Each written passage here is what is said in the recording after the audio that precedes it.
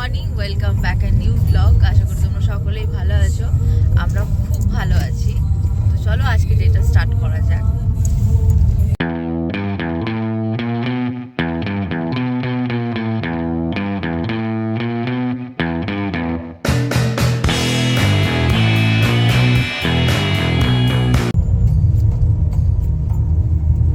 কালকে দেখলাম সমুদ্রে গেলে সূর্যোদয়, আজকে দেখছি পাহাড়ে গেলে সূর্যোদয়। কতটা আমরা গাড়ি চালিয়ে সেখান থেকে বোঝা যায়। তো আজকে আমরা যাচ্ছি ভীমাশঙ্কর, মানে ত্রয়ম্বকেশ্বর থেকে ভীমাশঙ্কর। তো চলো আজকে ওখানকার আপডেট দেওয়া যাক তোমাদেরকে। সত্যি বলতে পরপর এতটা জার্নি সত্যিই শরীর নিতে পারছিল না, তো শরীর যথেষ্ট খারাপ করছিল সবার। তাই চেষ্টা করেছি কষ্ট করে সকাল 6টার সময় বেরিয়েছি, বাট আমাদের উচিত ছিল 4টের সময় বেরোনো। এটা আমাদের কাছে একটু ভুল হয়ে গেছে। তো তোমরা চেষ্টা করবে এখান থেকে যত সকাল সকাল পারবে রওনা দিয়ে দেবে।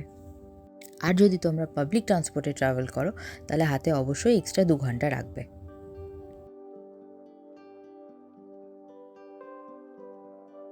সকালে যেটা খেয়েছিলাম খুব লাইট খেয়েছিলাম, পোহা আর উপমা, জাস্ট ওইটুকুটুকুই অ্যাকচুয়ালি কোয়ান্টিটি।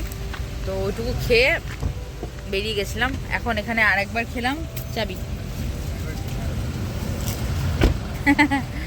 এখানে আরেকবার খেলাম, এবার বেরিয়ে যাবো এখান থেকে। ভাইয়া এ পাও ভাজি कैसे लगा? बहुत बढ़िया। এদের না পাওটাই দেখতে কি সুন্দর। কি করবে, যখন ঢুকেছি তখন থেকে জ্যাম লেগে আছে আর কনস্ট্যান্ট এখনো জ্যাম চলছে। আমরা ঢুকলাম, খেলাম, বেরোচ্ছি, এতক্ষণে জ্যামটাও ছাড়ছে।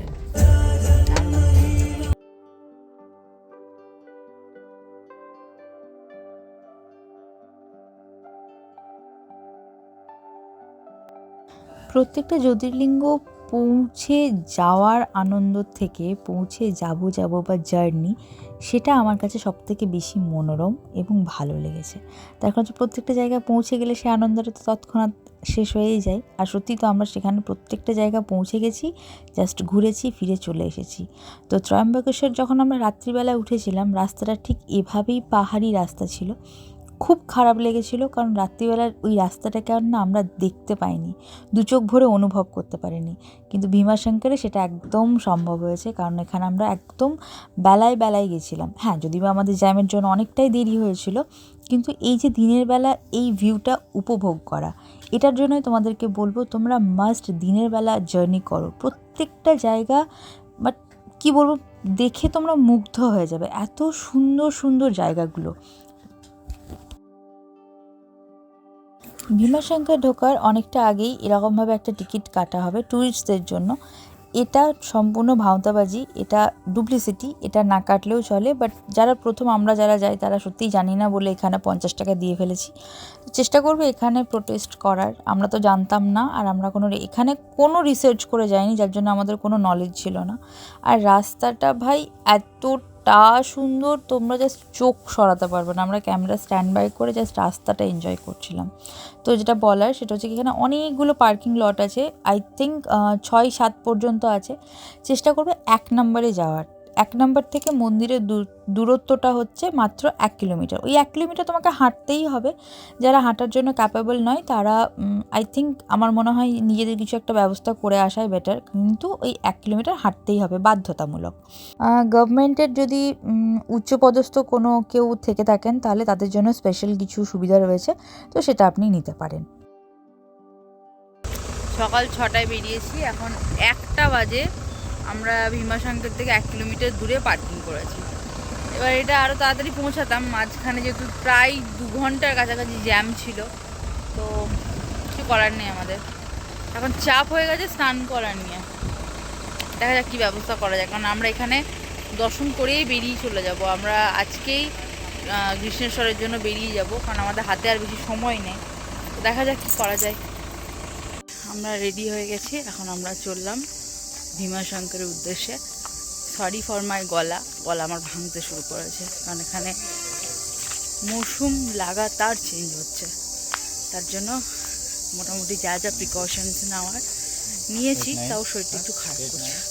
রেডি হয়ে এখন চললাম মন্দিরের দিকে, বাবা ভীমাশঙ্করের সঙ্গে দেখা করতে, সত্যিই দেখা করতে। কারণ আমরা যাচ্ছি, দেখা করছি, চলে আসছি। তো আজকে এটা হচ্ছে আমার আজকের ড্রেস।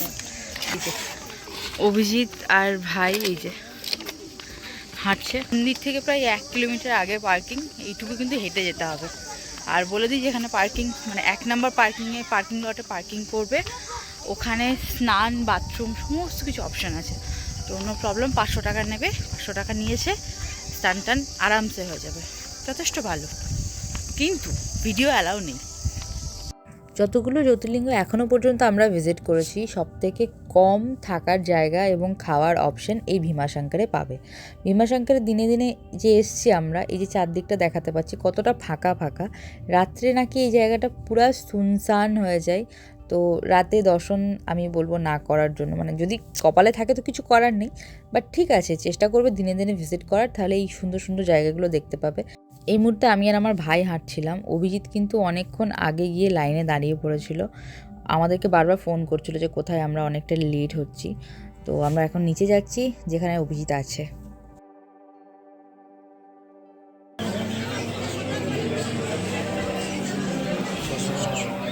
মাইল খানিক মনে হলো হাঁটলাম, নেমেই যাচ্ছি।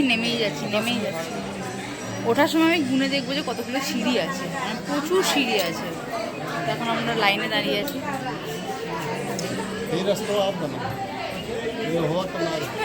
প্রত্যেকটা জ্যোতির্লিঙ্গে কিন্তু এই পোস্টারটা ছিল, তো এখানে আমি সবথেকে ভালো করে দেখাতে পারলাম। 1 পিস বা কোনো শর্ট ড্রেস বা এই ধরনের জিন্স কিন্তু কোনো মন্দিরে অ্যালাউ নেই। দয়া করে এগুলো পরে আসবে না, নচেত কিন্তু তোমরা দর্শনে বিরত থাকবে।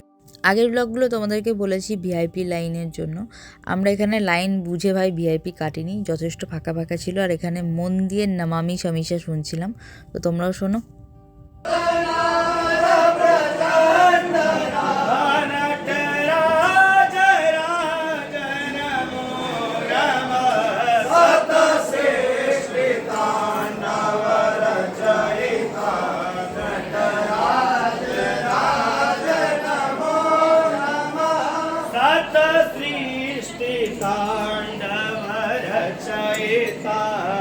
ভিড় এতটাই কম ছিল যে মাত্র 40 মিনিটের মধ্যে আমরা পৌঁছে গেছিলাম গর্ভগৃহের ঠিক সামনের দরজার একেবারে সম্মুখে রয়েছে নন্দী মহারাজ।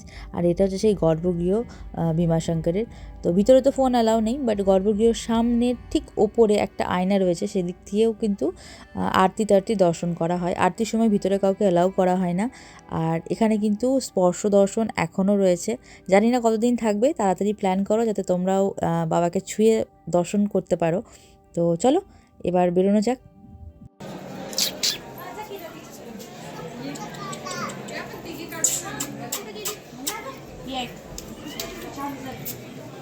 মন্দিরটার এখন নতুন করে কনস্ট্রাকশন চলছে, তাই বিভিন্ন জায়গা ব্লক করা আছে। চাইলেও মন্দিরের চার চত্বর আমরা ঘুরতে পারিনি, দিনের বেলা পৌঁছেও ঘুরতে পারিনি, কতটা কপাল খারাপ বুঝতেই পারছো। তো যাই হোক, মোটামুটি ঘুরে দেখলাম। আমি ভেবেছিলাম যখন নেমেছিলাম তখনই ভেবে নিয়েছিলাম উঠে আসবো, তখন কটা সিঁড়ি আছে গুনবো।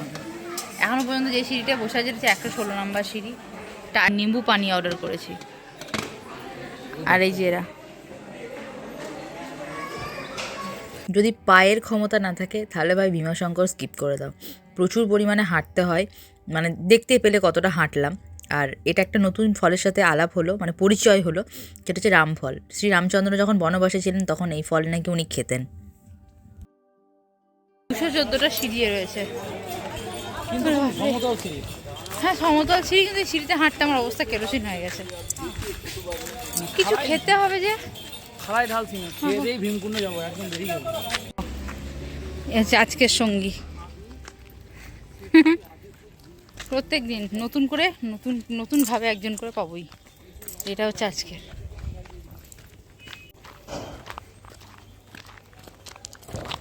এখন আমরা চললাম ভীমা নদী, বা ওটাকে কি বললে গো, ভীমকুণ্ড, বাঙালিদের ভীমকুণ্ড। মহাদেবের ঘাম থেকে এটা উৎপত্তি হয়েছে। হ্যাঁ, পরে আমার বর বলে দেবে, আমি গল্প জানি না। মন্দির থেকে বেরিয়ে ঠিকঠাক ডান দিকে নজর রাখলেই দেখতে পাবে এই রাস্তাটা পেয়ে যাবে।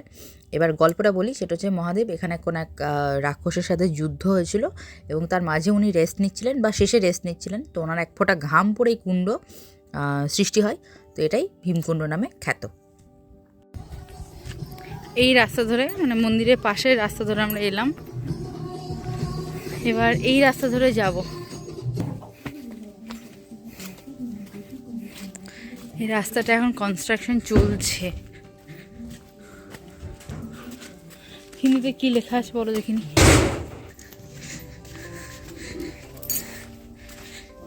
জুতো খুলে দিলুম। হিমশিলা তো কেদারনাথ আছে, পেছনে সে কেদারনাথ মন্দিরের পেছনে কেদার মন্দিরকে আছে সে বলে মন্দির তৈরি করছে কনস্ট্রাকশন। একটু ক্লোজে নিয়ে যাই। এই তো এই নাম তো পারবি তো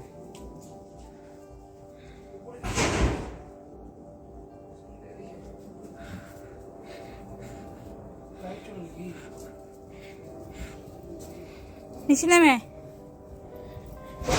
ও একদম ইয়ে ফ্লাইট চললো কাছাকাছি। ফ্লাইট কি আছে আহমেদাবাদ। এই যে এইটা হচ্ছে ভীমকুণ্ড।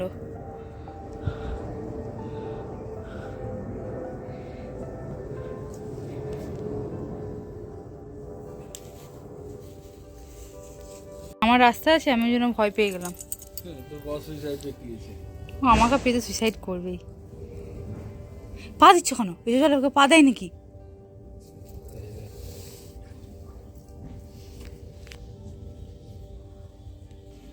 এই দেখো টুকটুকি চলে এসছে। দাও আমাদেরকে একটু জল দাও না, আমরা যখন কষ্ট করে। চলো আমাদের সঙ্গে এলে আমাদের সঙ্গে বাড়ি যাবে। চলো চলে এসো। আমাদের প্রত্যেক দিন যেখানে যেখানে গেছি একটা করে নতুন কুকুর ছানা। ওগুলো ছানা বাবু। The baby is for me. ওই যে ওই যে বাবুজি, এটা আমি আদর করে দিই। গেলে গেলে গেলে গেলে যাবে এখন আসতে দাদর খেয়ে গেলো। এখানে এইখানে বসে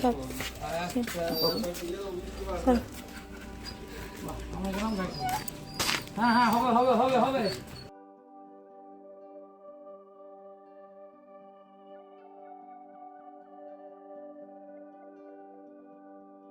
কুকুর অবধি ঠিক আছে, এখানে কিন্তু বাঁদরের উপদ্রব প্রচুর পরিমাণে। তো এই কুকুরটাকে এতটা ডিস্টার্ব করছিল বিস্কুট খেতে খেতে, তো ভাই এখানে বাঁদর তাড়াচ্ছিল। তো ব্যাগ ফোন যার কাছে যা ঝোলা অবস্থায় থাকবে ভীষণ সাবধানে রাখবে। এবার আসি খাওয়া দাওয়ায়। এটা আমাদের এখানে যে 10 টাকা প্যাকেটে যে ম্যাগিটা পাওয়া যায় সেটা জাস্ট সবজি ম্যাগি এটা। তো এটার দাম নিয়েছিল 60 টাকা। আমাদের গাড়িতে অনেকটা কলা রাখা ছিল, তো আমার ভাইয়ের কি মন হলো ওদেরকে কলা খাওয়াবে। তো দেখতে পাচ্ছ বাঁদরদের মানে কতগুলো বাঁদর এখানে রয়েছে। মোটামুটি 1 ডজন কলা দেওয়া হয়েছিল, মিনিটের মধ্যে জাস্ট সাবড়ে গেল। আর ওপরে দেখো একজন তো হাতে মুখে যতগুলো পেরেছে ততগুলো বয়ে নিয়ে গেছে। তো এখানে আমাদের ভীমাশঙ্করের দর্শন কমপ্লিট হলো। এখন আমরা যাচ্ছি নতুন একটা ডেস্টিনেশনে। দেখা হচ্ছে খুব তাড়াতাড়ি। ভালো থেকো, সুস্থ থেকো। ব্লগটা ভালো লেগে থাকলে সবার সঙ্গে শেয়ার করে দিও। দেখা হচ্ছে খুব তাড়াতাড়ি। টাটা।